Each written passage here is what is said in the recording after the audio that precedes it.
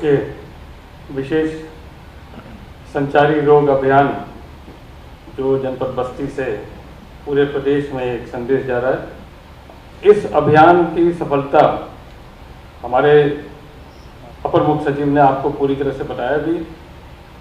कितने अभियान हम साल में करते हैं, किस तरह से इस रोग को रोकने के लिए विशेष करके एक टीम बना के और अंतर विभागीय समन्वय बनाते हुए हम इस पूरे उत्तर प्रदेश के जितने भी प्रकार के बीमारियां हैं, और उसमें एक नहीं है, आज हम आपके बीच में विशेष संचारी रोग अभियान जब बात करते हैं तो जेई और एईएस के अलावा डेंगू भी है, मलेरिया भी है, चिकनगुनिया भी है, H1N1 भी है, काला अज़ार भी है और बहुत सारे चीज़ें हैं जो हम लोग के बीच में लगातार ये चलते आ रहे हैं। और इसलिए इसका महत्व अभी आपको जो बताया गया ये समझने की ज़रूरत है कि पहली बार उत्तर प्रदेश में एक अभियान जो माननीय मुख्यमंत्री ने प्रारंभ किया 2017 से ही कि अंतर विभागीय समन्वय स्थापित करने के बाद और उन 38 जनपदों में जहां जेई और एईएस के लगातार केसेस निकलते थे उसमें 100% दस्तक अभियान के माध्यम से 100% टीका लगाना और ये सुनिश्चित करना कि सफाई अभियान के साथ में इन पूरे बीमारियों को पूरी तरह समाप्त करना, जिसके आंकड़े अभी आपको लगभग बताए भी गए हैं। आज हमारे सामने ये अभियान चल भी रहे हैं, एक महीने के अलग अलग चलते हैं और इसके साथ इन अभियानों के साथ हमारा प्रयास होता है कि टीबी जो 6 रोग है, ये एक बहुत बड़ा अभिशाप हमारे बीच में है, इसका भी खोज करके हम इसको मिटाने के लिए, उन्मूलन करने के लिए 2025 तक भी हमारा लक्ष्य है। तो हमारे फील्ड वर्कर के माध्यम से, हमारे अन्य कर्मचारी के माध्यम से, अंतर विभाग समन्वय के माध्यम से हम सभी दस्तक अभियान के माध्यम से घर घर जाके हर प्रकार के रोगी को ढूंढना, चाहे बुखार से पीड़ित हो, चाहे डेंगू से पीड़ित हो, जेई, एईएस और काला अज़ार और तमाम विशेष करके पूरे प्रदेश में ये अभियान यहाँ से प्रारंभ किया गया है। आप सभी लोग जो यहाँ उपस्थित है, इस आपके सहयोग भी हम मानते हैं कि आप लोग के सहयोग भी बराबर हमको मिलते रहेंगे। हमारे विभाग के साथ जो लोग जुड़े हुए हैं वो पूरी मेहनत के साथ, और जैसे आपको बताया भी गया कि अभी कोविड के समय में भी जिस तरह उत्तर प्रदेश में आदरणीय मुख्यमंत्री जी के नेतृत्व और कुशल मार्गदर्शन के अंतर्गत और WHO के कुशलतापूर्वक उनके प्रसन्नता के आधार पर हम लोग ने देखा कि कोविड की पूरी तरह से नियंत्रण हमने आज भी किया है। सबसे अधिक टेस्टिंग आज भी हम पूरे देश में कर रहे हैं, सबसे अधिक वैक्सीनेशन जो बताया गया वो भी आज हम ही कर रहे हैं। और इसी तरह अभियान के माध्यम से हम इस संचारी तमाम प्रकार के संचारी रोग को भी नियंत्रण में लाएंगे। इस 5 साल में आपने स्वयं अनुभव किया होगा कि जो पहले की बीमारियां होती थी, जो पहले के हमारे अस्पताल चलते थे, जो पहले के हमारी चिकित्सा सेवाएं चलती थी, उसमें बहुत सारा बढ़ोतरी हुआ है, उसमें बहुत सारे सुधार हुए हैं। हमारे डॉक्टर्स और कर्मचारी नीचे स्तर पर जाके इस अभियान को पूरी लगन और मेहनत के साथ उन्होंने किया है। ये बातें आपके सामने में रखना चाहता। आप सभी लोग का बहुत बहुत अभिनंदन और स्वागत है। वैश्विक महामारी कोरोना को सफलतापूर्वक नियंत्रण करने के उपरांत इस वर्ष का जो हमारा एक तीसरा संचारी रोग नियंत्रण का विशेष अभियान प्रारंभ हो रहा है, इसको जनपद बस्ती से पूरे प्रदेश के लिए इसका शुभारंभ करते हुए मुझे बहुत आनंद की अनुभूति हुई है, क्योंकि आज से लगभग 4.5 वर्ष पहले हम लोगों ने अंतर विभागीय समन्वय और जन संवाद के माध्यम से पूर्वी उत्तर प्रदेश के जिस एक महामारी ने यहाँ के मासूम को लगभग 4 दशक तक अनवरत रूप से निगलने का कार्य किया था, उस महामारी के खिलाफ इस अभियान का शुभारंभ हम लोगों ने किया था। और उस समय अंतर विभागीय समन्वय और जनमानस के साथ संवाद का क्या महत्व होता है हमने इस ताकत को पिछले 4 वर्षों में महसूस किया। यद्यपि पहले चरण में हमारे गोरखपुर, बस्ती, कमिश्नरी के 7 जनपद इस कार्यक्रम और इस प्रयोग के केंद्र स्थल रहे,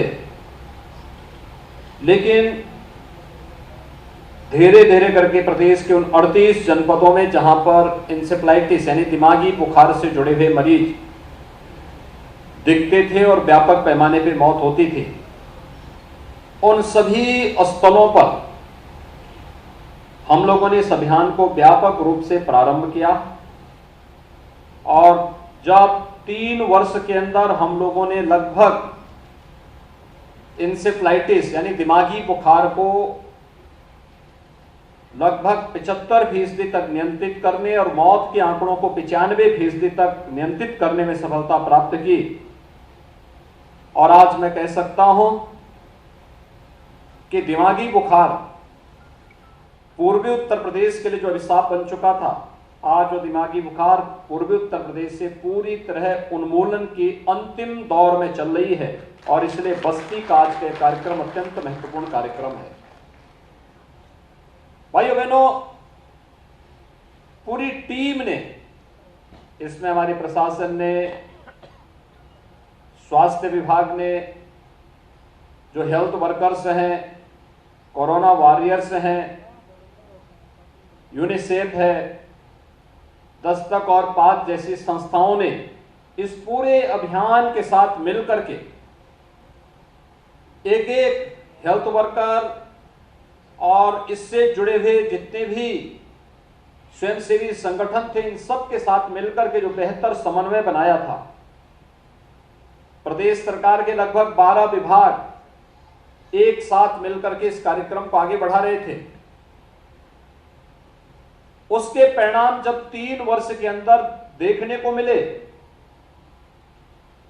तो उस परिणाम के महत्व को हम लोगों ने समझा। और जब देश और दुनिया के अंदर कोरोना जैसी महामारी ने दस्तक दी, तो उस समय हम लोगों ने अंतर विभागीय समन्वय और जन संवाद की इस ताकत का फिर से इस्तेमाल किया। और आपने देखा होगा, पहली लहर को सफलतापूर्वक रोकने में जो मॉडल यूपी ने खड़ा किया था, दूसरी लहर ने लगभग 10 से 15 दिन तक हमें कुछ विचलित जरूर किया। लेकिन शीघ्र ही हम लोगों ने जब दस्तक अभियान की तर्ज पर निगरानी समितियां गठित करके डोर टू डोर सर्विलांस के माध्यम से इस कार्यक्रम को आगे बढ़ाने का कार्य किया, तो कोरोना की दूसरी लहर को भी नियंत्रित करने और तीसरी लहर के प्रभाव को समय से पहले ही रोकने में हमें सफलता प्राप्त हुई है। और यही कारण है कि कोरोना रोकने के लिए आज उत्तर प्रदेश देश और दुनिया के लिए एक मॉडल बना हुआ है। भाइयों बहनों, एक टीम वर्क का परिणाम है। जब सभी लोग एक दिशा में सोचते हैं और उसके अनुरूप प्रयास करते हैं, तो उसके बेहतर परिणाम भी सामने आते हैं। शासन नीति बनाती है, जनप्रतिनिधि उसकी निगरानी करते हैं, प्रशासनिक टीम और संबंधित विभागों की टीम उसको आम जनमानस तक पहुंचाती है और जन सहभागिता के माध्यम से इन कार्यक्रमों को सफलता की नई ऊंचाइयों तक पहुंचाती है। तो उसके परिणाम ऐसे ही होते हैं जैसे कोरोना के लिए रोकथाम करने में हमें सफलता प्राप्त हुई है। आज इस सभागार में हम सब एकत्र हुए हैं। अनुमान करिए, आज से 6 महीने पहले क्या यह स्थिति थी कि हम एक साथ इतने बड़े समूह के साथ किसी सभागार में एकत्र हो पाते? नहीं। या क्या उन राज्यों में जहां पर अभी भी लॉकडाउन चल रहा है, क्या इतना बड़ा समुदाय एक साथ एक जगह एक सभागार में एकत्र होकर के इस प्रकार के अभियान को और कार्यक्रम को आगे बढ़ा सकता है? जवाब मिलेगा नहीं। पर्व और त्योहार, अभी हाल ही में आप लोगों ने विजयादशमी के आयोजन को संपन्न किया है। शारदीय नवरात्रि में मां दुर्गा की मूर्तियों की स्थापना करके जगह जगह आरती के कार्यक्रम संपन्न किए हैं, रामलीलाओं की मंचन के कार्यक्रम प्रारंभ किए हैं और मूर्ति विसर्जन के साथ समूह के साथ जाकर के इस कार्यक्रम को आगे बढ़ाया है। आज से 6 महीने पहले क्या इस प्रकार के कार्यक्रम संभव हो पा रहे थे? जवाब मिलेगा नहीं। अगर एक टीम वर्क काम नहीं करती और टीम एक साथ, शासन ने निर्णय लिया, एक पॉलिसी बनाई, जनप्रतिनिधियों ने उसकी निगरानी की, प्रशासनिक टीम, स्वास्थ्य विभाग की टीम और सभी संबंधित विभागों के एक एक कर्मी ने उसको निचले स्तर तक, जमीनी स्तर तक पहुंचाने का काम किया और जनमानस की सहभागिता स्वयंसेवी संगठनों के माध्यम से, यूनिसेफ के माध्यम से, पाज जैसी संस्थाओं के माध्यम से प्रारंभ हुआ, तो उसके परिणाम एक साथ इतनी ताकत, इतने लोगों की भावनाएं और इतने लोगों का प्रयास एक साथ जब प्रारंभ हुआ, तो उसका परिणाम रहा कि कोरोना उत्तर प्रदेश देश की सबसे बड़ी आबादी के राज्य से पूरी तरह समाप्त होता हुआ दिखाई दिया।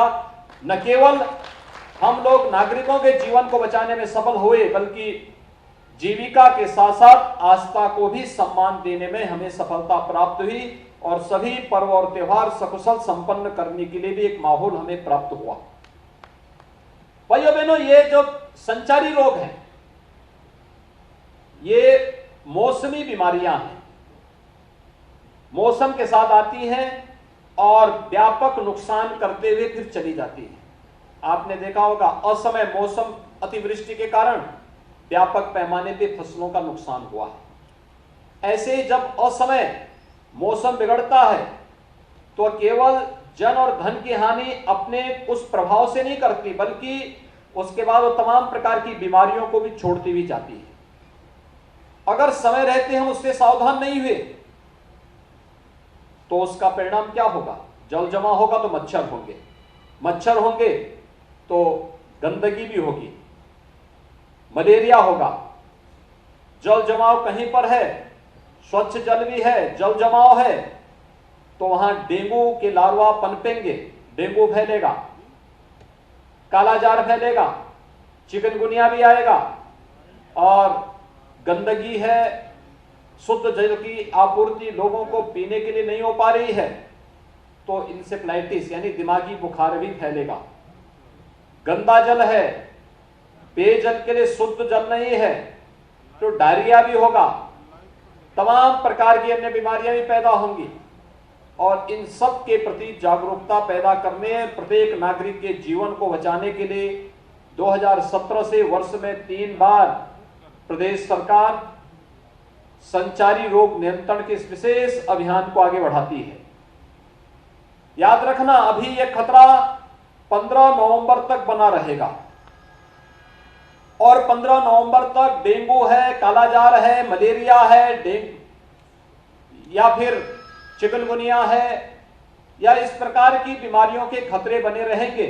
और इन खतरों से हरेक नागरिक के जीवन को बचाने के लिए आवश्यक है कि हम सावधानी भी बरतें और साथ साथ शासन के द्वारा चलाए जाने वाले कार्यक्रम का हिस्सा बनकर के जीवन को भी बचाने और उनकी जीविका को भी बचा करके जिससे वह व्यक्ति सम्मानजनक ढंग से स्वावलंबन का जीवन गुजर बसर कर सके, इसके लिए भी एक नया प्रयास किए जाने की आवश्यकता है। और इस संचारी रोग नियंत्रण का इस वर्ष का अभियान आज इसीलिए हम लोगों ने बस्ती से रखा है कि आज से 4 वर्ष पहले बस्ती के भी सैकड़ों बच्चे इस सीजन में दिमागी बुखार की चपेट में आकर के असमय काल कलवित होते थे, लेकिन आज वे सभी बच्चे अपने घर में अपने माँ बाप के पास सुरक्षित हैं और वे लोग भी उनकी प्रतिभा और उनकी ऊर्जा का लाभ आने वाले समय में समाज ले पाएगा या देश ले पाएगा। हम इस विश्वास के साथ, इस कार्यक्रम के साथ आज बस्ती जनपद में यहां पर उपस्थित हुए हैं। भाइयों बहनों, कोरोना महामारी ने देश में और दुनिया में बहुत कुछ बदलाव लाया है। एक तरफ बहुत सारे लोगों ने अपने प्रियजनों को खोया है, अपने नजदीक के मित्रों को, अपने परिवार के सदस्यों को खोया है। वह एक दुखद स्थिति उन परिवारों के सामने, उन नागरिकों के सामने और समाज के सामने रही है और उन सब के प्रति हमारी संवेदना है। सरकार ने तय किया है कि सरकार ने इस बात को तय किया है कि कोरोना से जो मौतें हुई हैं वे दुखद हैं, उनके प्रति सरकार की पूरी संवेदना है।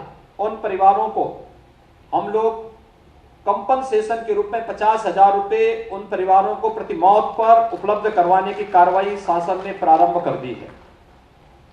लेकिन साथ साथ यह भी व्यवस्था की गई है कि आने वाले समय में इस प्रकार की महामारी से हम लोग लोगों को बचा सकें। यह हम सबकी जिम्मेदारी बनती है, क्योंकि समाज में कहीं क्षति होती है, भौतिक रूप से क्षति एक परिवार की होती है। कोई अपने भाई को खोता है, कोई किसी ने अपने परिवार के किसी वरिष्ठ को खोया है, किसी ने अपने पिता को, किसी ने अपने पति को, किसी ने अपने किसी सगे संबंधी को खोया है, किसी ने अपनी बहन को खोया है, किसी ने मां को खोया है, किसी ने पत्नी को खोया है, किसी ने अपने बच्चे को खोया है। वह दुखद स्थिति थी, लेकिन एक महामारी थी, इस सदी की सबसे बड़ी महामारी थी। और इस महामारी के प्रति बचाव के लिए प्रधानमंत्री मोदी जी के नेतृत्व में देश के अंदर जो कार्य हुआ है, आज उसका परिणाम है कि पहली बार किसी महामारी के लिए भारत ने स्वयं वैक्सीन विकसित किया, और एक नहीं 2-2 वैक्सीन विकसित किया। और भाइयों बहनों, कल तक पूरे देश के अंदर भारत के द्वारा विकसित की गई वो वैक्सीन 100 करोड़ लोगों को उसकी डोज कल तक दी जा चुकी होगी। 100 करोड़ लोगों को, याद करना, 100 करोड़ लोगों को ये डोज देने वाला भारत दुनिया का पहला देश है। और उत्तर प्रदेश देश की आबादी का एक बड़ा हिस्सा उत्तर प्रदेश में निवास करता है। कोरोना प्रबंधन हमारा सबसे बेहतर तो है ही, लेकिन देश के अंदर सबसे अधिक नागरिकों को कोरोना का डोज देने में भी हमें सफलता प्राप्त हुई। 12 करोड़ से अधिक लोगों को हम कोरोना डोज दे चुके हैं, और अगले 4-5 दिन यानी एक सप्ताह के अंदर हम लोग ये संख्या 13 करोड़ पहुंचा चुके होंगे, क्योंकि हमारे पास कोरोना के वैक्सीन भी है। और हम लोग एक दिन में 35 से 40 लाख लोगों को कोरोना वैक्सीन देने में सक्षम हैं। इस प्रकार की हमारी तैयारी है। पर्व और त्योहार के कारण, अतिवृष्टि के कारण थोड़ा कार्यक्रम प्रभावित हुआ है, लेकिन हमारा यह मानना है कि इन विपरीत परिस्थितियों का सामना करते हुए भी हर एक नागरिक का जीवन बचाना हमारे लिए अत्यंत महत्वपूर्ण है। और इसलिए मेरी आप सबसे अपील होगी, संचारी रोग नियंत्रण का ये जो कार्यक्रम है, ये इन सभी प्रकार की विषाणु जनित बीमारियों से प्रत्येक नागरिक के जीवन को बचाने के साथ ही कोरोना जैसी महामारी से बचाव के लिए भी एक बेहतर प्लेटफॉर्म बनना चाहिए। और एक बेहतर प्लेटफॉर्म के रूप में हम व्यापक जागरूकता के कार्यक्रम के साथ इसको जोड़ सकते हैं। इसमें आपने देखा होगा, निगरानी समितियां घर घर जाती थी, घर घर में दस्तक देती थी। वहां पे जो भी संदिग्ध व्यक्ति मिलता था, उस व्यक्ति को वे लोग मेडिसिन किट उपलब्ध करवाती थी, और अगले 24 घंटे के अंदर आरआरटी वहां जाती थी, और रैपिड रिस्पांस टीम वहां जाकर के उनका कोरोना टेस्ट कराती थी। अगर वह पॉजिटिव निकले और सिम्टोमेटिक हैं, तो उनको होम आइसोलेशन में रख दिया जाता था, घर में अलग से व्यवस्था अगर है तो, और नहीं है तो उन स्थितियों में उन्हें हॉस्पिटल पहुंचाने की व्यवस्था होती थी। हॉस्पिटल में उनको बेहतर उपचार की सुविधा देने का प्रयास होता था। और देखते ही देखते 72,000 से अधिक निगरानी समितियां, जैसे प्रदेश के अंदर कोरोना महामारी के दौरान हर एक नागरिक की सुरक्षा के लिए अपनी जान की परवाह के बगैर लगातार कार्य कर रही थी, ऐसे ही दस्तक अभियान के अंतर्गत भी हमें एक एक घर में दस्तक देना है। एक एक व्यक्ति के घर में पूछना है कि किसी को बुखार के लक्षण तो नहीं, डेंगू के लक्षण तो नहीं, कोई मलेरिया तो नहीं, कालाजार तो नहीं, कोई अन्य कोई इस प्रकार की बीमारी तो नहीं।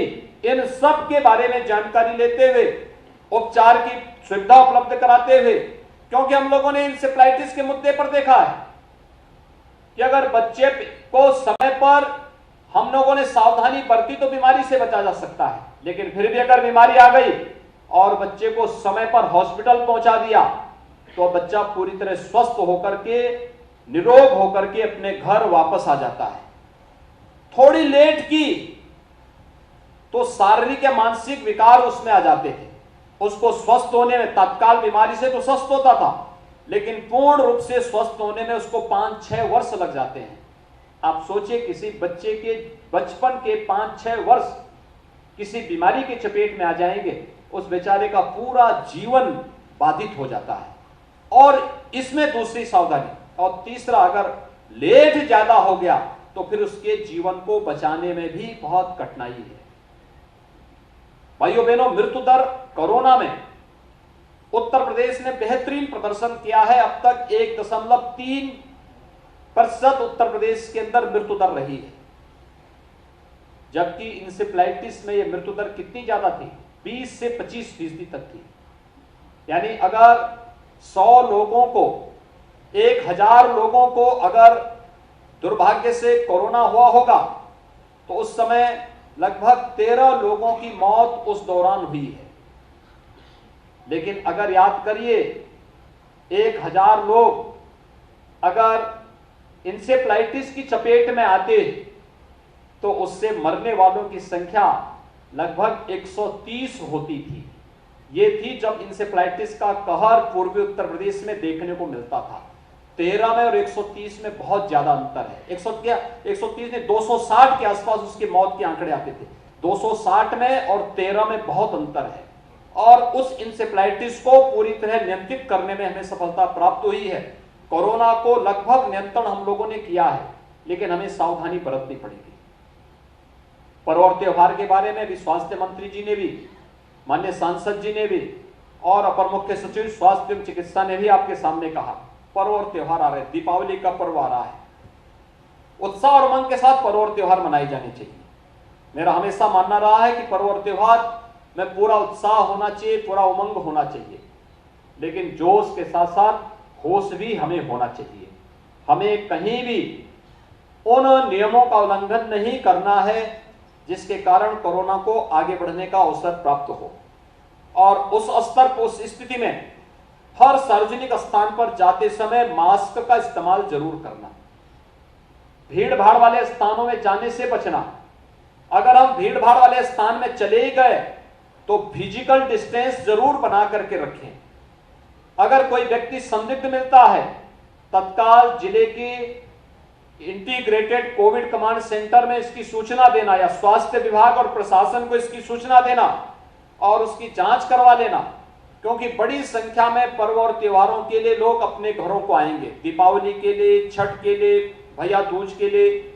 और ये लोग जो अपने घरों में आएंगे, रास्ते में या जिस प्रदेश से वे आ रहे हैं, हो सकता है उस प्रदेश में इस संक्रमण की चपेट में आ गए हों और उनके साथ संक्रमण आकर के यहां पर भी फैलाने का कार्य करेगा। उन स्थितियों में सतर्कता, सावधानी बरतने की आवश्यकता है।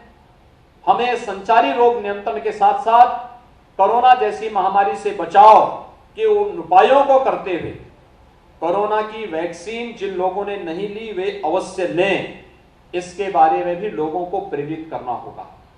एक डोज भी कोई व्यक्ति ले लेगा तो कोरोना से खतरे की लगभग 60 से 70% खतरा उसका टल जाता है। और अगर दोनों डोज ले लिए हैं तो ये मान करके चलिए कि कोरोना से बचाव के लगभग 99%, 100% तक खतरा उसका टल चुका है।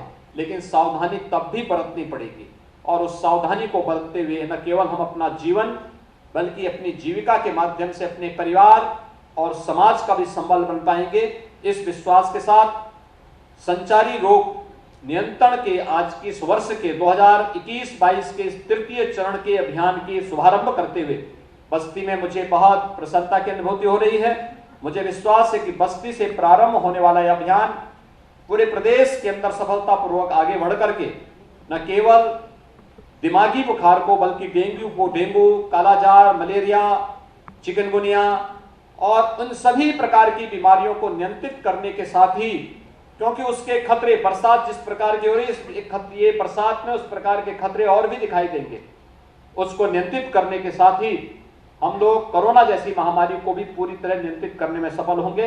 धन्यवाद। जय जय श्री राम।